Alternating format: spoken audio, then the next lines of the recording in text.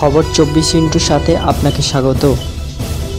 নতুন নতুন খবর জানার জন্য আমাদের চ্যানেলে চোখ রাখুন। নমস্কার দর্শক বন্ধুরা, খবর 24 সাথে আপনাকে স্বাগত। দেশ জুড়ে কার্যকর হল নাগরিকত্ব সংশোধনী আইন সিএএ। বিজ্ঞপ্তি জারি করল কেন্দ্রীয় স্বরাষ্ট্র মন্ত্রক। কেন্দ্রীয় স্বরাষ্ট্রমন্ত্রী অমিত শাহ সম্প্রতি জানিয়ে দিয়েছিলেন, লোকসভা ভোটের আগেই নাগরিকত্ব সংশোধনী আইন 2019-এর বিজ্ঞপ্তি প্রকাশ করা হবে। কেন্দ্রীয় স্বরাষ্ট্রমন্ত্রী অবশ্য বারবার দেশবাসীকে এও আশ্বস্ত করেছেন, কারণ নাগরিকত্ব কেড়ে নেওয়ার জন্য সিএএ নয়। কেন্দ্রের তরফে বারবার আশ্বস্ত করার পরেও আমজনতার একাংশের মনে নাগরিকত্ব সংশোধনী আইন সংক্রান্ত বেশ কিছু বিষয় প্রশ্ন থেকে গিয়েছে। 2019 সালে পাশ হওয়ার একটি আইনের বহু প্রতীক্ষার পর অবশেষে বিজ্ঞপ্তি জারি হলো।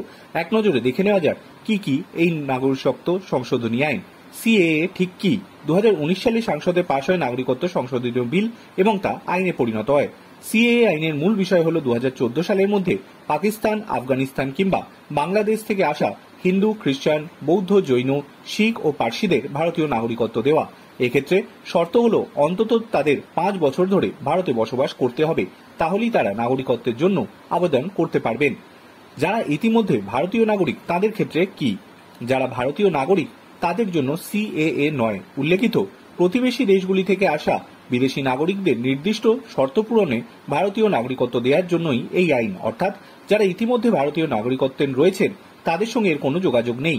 কোনো ব্যক্তি হিন্দু হোক বা মুসলিম বা অন্য কোনো ধর্মের, যদি তিনি আগে থেকে ভারতীয় নাগরিক হন তাহলে সিএএ এর কোনো প্রভাব তার উপরে পড়বে না। সিএএ আবেদনের সম্ভাব্য প্রক্রিয়া কি?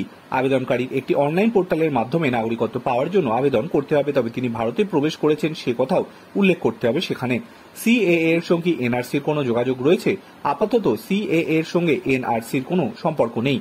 দুটি সম্পূর্ণ ভিন্ন বিষয়। সিএএ হল নাগরিকত্ব সংশোধনী আইন।